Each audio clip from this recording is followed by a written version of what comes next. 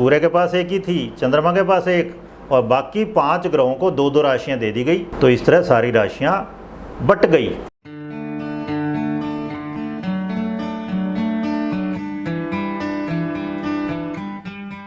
नमस्कार, आप सभी का हमारे चैनल पर हार्दिक स्वागत है। तो अब आइए, मैं अब बताने वाला हूँ आपको इससे गहरी चीज़ें क्या क्या निकल के आती हैं। बहुत गहरी बातें बताने वाला हूँ मैं। तो पहला पॉइंट क्या आप देखोगे, बुध वो सूर्य के पास ही है। सबसे पहले सूर्य के सबसे नज़दीक कौन सा ग्रह है? बुध। उसके बाद शुक्र, फिर पृथ्वी आती है, लेकिन पृथ्वी को हम यहाँ नहीं ले रहे क्योंकि जियोसेंट्रिक सिस्टम माना जाता है, भू केंद्रीय सिद्धांत माना जाता है ज्योतिष में। हम धरती को केंद्र मान के चलते हैं, तो धरती का प्रभाव आता है वास्तु में। वो भी हम वीडियोज टाइम टू टाइम डाल रहे हैं बहुत सारी। तो सबसे पहले सूर्य के नज़दीक कौन सा? बुध, वो पहले गया, फिर शुक्र, फिर पृथ्वी छोड़ दीजिए तो मंगल, फिर बृहस्पति, फिर शनि। ठीक है, पहली बात तो ये जो ग्रह आए थे ना सीक्वेंस में, ये सब ग्रह सूर्य के नज़दीक से दूर तक की सीक्वेंस है। बुध सबसे पहले आया था, वो सबसे नज़दीक है, और शनि सबसे बाद में आया था, वो सबसे दूर है। तो दूसरा पॉइंट लीजिए, अब जो स्पीड है ना इनकी, बुध की स्पीड सबसे ज़्यादा है। जो सूर्य के सबसे नज़दीक है वो सबसे तेज़ चल रहा है, उसके बाद शुक्र की स्पीड है, फिर मंगल, फिर बृहस्पति। आपको पता है एक राशि में 1 साल, और शनि एक राशि में 2.5 साल। तो जैसे जैसे दूरी बढ़ती जा रही है सूर्य से ग्रहों की, वैसे वैसे इनकी स्पीड कम होती जा रही है। इसका गहरा मतलब क्या है? जो चंद्रमा है वो इमोशनल माइंड, ठीक है। सूर्य तो शरीर दे दिया सूर्य ने, तो हमें सूर्य की रश्मियाँ नहीं होती, हम जिंदा नहीं होते, हमारा जन्म ही नहीं होता, उसकी वजह से हमें शरीर मिला। चंद्रमा मन है, भावनाएं हमारी, इमोशनल माइंड, और बुध क्या है? Logical mind. ठीक है, तो विचार और भाव है ना वो बहुत तेज हैं। ऐसे भी इसका ये भी मतलब बहुत गहरा, विचार या भाव हमारे बहुत तेज हैं। अभी हम यहाँ, अभी अमेरिका पहुँच गए, अभी चांद पे पहुँच गए। लेकिन शनि क्या है? आपकी चरित्र हमारा जो है ना, करैक्टर, वो बहुत धीमा है, धीमे धीमे बनता है करैक्टर, एक दिन में नहीं बन जाता। कोई पर्सन जो है उसका चरित्र, उसका करैक्टर, उसकी जो पहचान है एक दिन में नहीं बनती। अब आइए फिर तीसरा पॉइंट लेते हैं। तीसरा पॉइंट क्या है? ये जो सीक्वेंस है ना, ये बता रही है आपको चेतना जो हमारी है, चेतना, चैतन्य हमारा, वो किस तरह सीक्वेंशियल प्रोग्रेस करता है, क्रमागत उन्नति होती है उसकी। तो हमारी इच्छा से लेके भाग्य तक की यात्रा वो ये ग्रह बता रहे हैं। हमारा सूर्य से जो संबंध है उसको अंशी संबंध कहा जाता है। अंश यानी हम, पार्ट, और अंशी वो है सूर्य। तो हम है डिज़ायर्स, इच्छाएं, डिज़ायर पर्सनिफाइड। ह्यूमन बीइंग क्या है? Desire personified. और वो क्या है? भगवान, वो परम ध्वनि है, ओम है। तो हमारा संबंध है इस तरह से। वो गुरु नानक ने कहा था ना, अव्वल अल्लाह नूर उपाया, कुदरत दे सब बंदे। तो भगवान जो है उसने तो रोशनी पैदा की, और उससे हम पैदा हुए सभी। तो सूर्य रोशनी, हम उसके बच्चे हैं, हम उसकी संतान हैं। तो हम यहाँ पे आए धरती पे क्यों? क्योंकि हमारी डिज़ायर्स थी, इच्छाएं थी। ठीक है, तो जो बुध है उसने क्या किया? बुध से शुरू करते हैं। बुध क्या? थॉट आई ना, पहले थॉट है, इच्छा से ही पहले क्या? थॉट, विचार आया। विचार का कारक है बुध, लॉजिकल माइंड का कारक है बुध। फिर डिज़ायर प्रकट की उसने, डिज़ायर का कारक कौन है? शुक्र डिज़ायर का कारक है।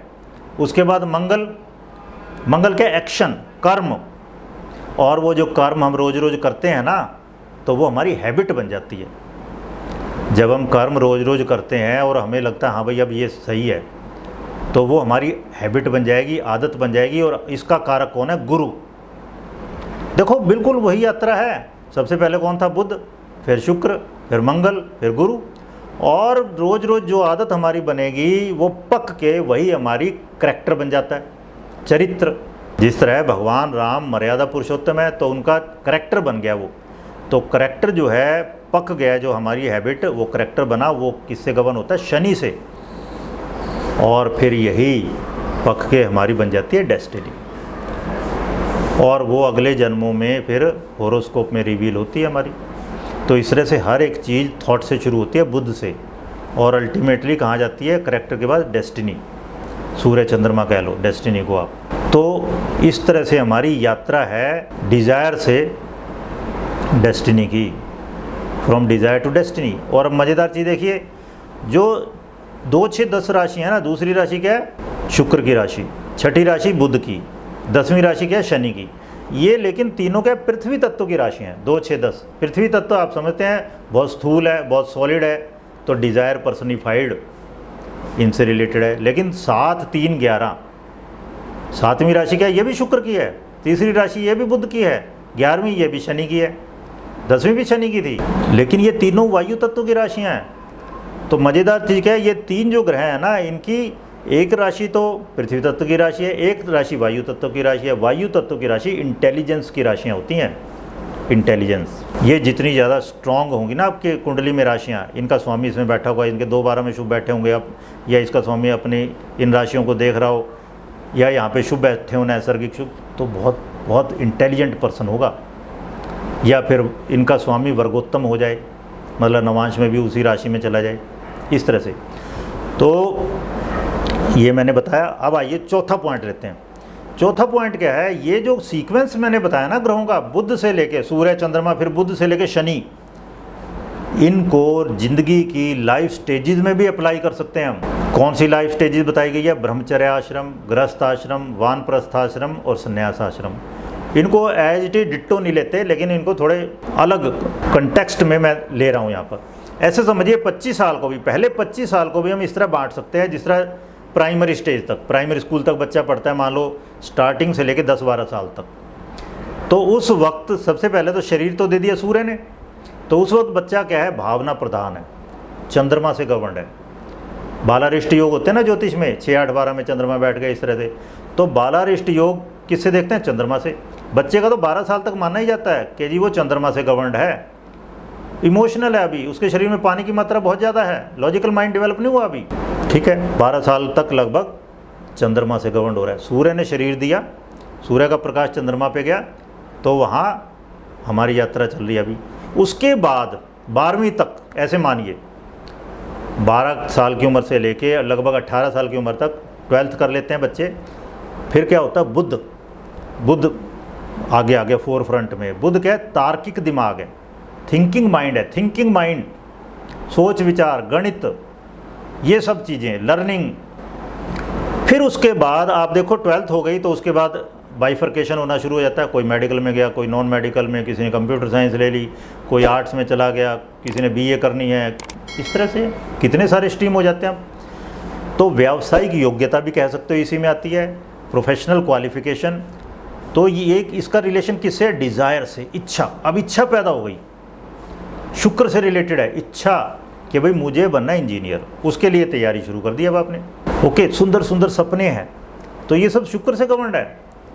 तो वही है, सूर्य के बाद चंद्रमा, फिर बुध, फिर शुक्र आ गया। तो 25 साल तक ये आ गई, ये सभी का रिलेशन आ गया। अब आइए, जब आपने सपने संजो लिए हैं, उसके लिए ग्राउंड वर्क तैयार हो चुका, आधार भूमि तैयार हो चुकी है। अब क्या है? 25 से 50 कौन सा आश्रम होता है? गृहस्थ आश्रम।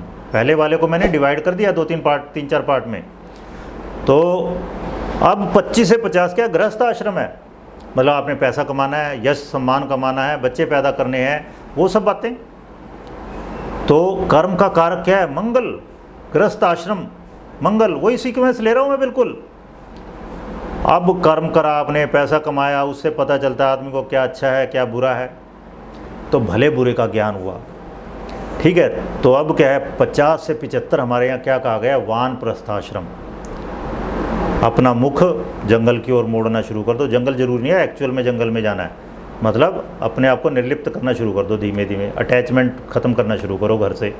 तो भले बुरे का ज्ञान है, विवेक हो गया। अब इसका कारक कौन है? बृहस्पति। अभी जंगल में गए नहीं, बृहस्पति, विवेक जागृत हो रहा है। इतना जो भला बुरा जो भी किया आपने 25 से 50 में, अब पता चल रहा है क्या ठीक था क्या गलत था, इसका कारक बृहस्पति है। और फिर 75 के बाद है संन्यास। तो संन्यास का कारक शनि है। अब देखो फल दीपिका में सारे संन्यास योग शनि से बन रहे हैं। अध्यात्म में कहा था नो चॉइस, कोई चॉइस मत रखो, choiceless, whatever comes accept it, जो आता है होने दो, जो हो रहा है होने दो, बहुत बढ़िया है, जो हो रहा है बहुत बढ़िया। टोटल एक्सेप्टेंस जिस दिन आ गई तो आध्यात्मिक आदमी की पहचान है ये। एक्सेप्ट द इनएविटेबल, ये भी कहा जाता है ना, जो होना ही है उसको एक्सेप्ट कर लो। तो शनि उच्छिष्ट का कारक है, जो मिल गया ठीक है, बचा खुचा है जो ओके। आपने देखा हमारी यात्रा कहाँ से शुरू हुई थी, सूर्य से शुरू हुई शनि तक, ठीक है। और मज़ेदार चीज़ पौराणिक कहानियाँ क्या है, सूर्य राजा तो है ही, शनि प्रजा है, सूर्य को पिता भी कहा गया है, और शनि क्या है, उसका पुत्र। तो सूर्य प्रकाश का कारक ग्रह है, शनि अंधेरे का। सूर्य सूर्योदय का, शनि सूर्यास्त के समय बलि हो जाता है वो। सूर्य दिन का कारक है, शनि रात का। सूर्य का प्रकाश है लेकिन कम मात्रा में है, रात में आप देखो सारे कोई अंधेरा ही अंधेरा है, केवल कुछ तारे दिख रहे होंगे आपको। तो जो संसार में सबसे ज़्यादा है वो है अंधेरा। तंत्र शास्त्र में अंधकार की साधना करते हैं। हमारे यहाँ सबसे बड़ा त्यौहार कौन है, दिवाली। दिवाली को क्या करते हैं, दिवाली सबसे अंधेरी रात है, अमावस्या की रात, और उस वक्त विशेष पूजा की जाती है। तो शनि जो है अंधेरे का कारक है, और अंधेरा है सर्वत्र, बहुत ज़्यादा है अंधेरा, ब्रह्मांड में उजाला बहुत कम है। सूर्य गर्मी का कारक है, शनि ठंडक का। सूर्य उठा पटक का कारक है, शनि का शांति का। सूर्य तेज चाल में है, एक महीने में एक राशि बदल देता है, शनि 30 महीने में एक राशि बदलता है। सूर्य पूर्व का स्वामी है, शनि पश्चिम का है। सूर्य लग्न में उच्च का हो जाता है, मतलब पहली राशि में काल पुरुष की कुंडली में, और शनि 7वें भाव में 7वीं राशि में उच्च का होता है। सूर्य की 5वीं राशि है, शनि उसके अपोजिट, मूल त्रिकोण राशि शनि की 11वीं, उसके अपोजिट है बिल्कुल।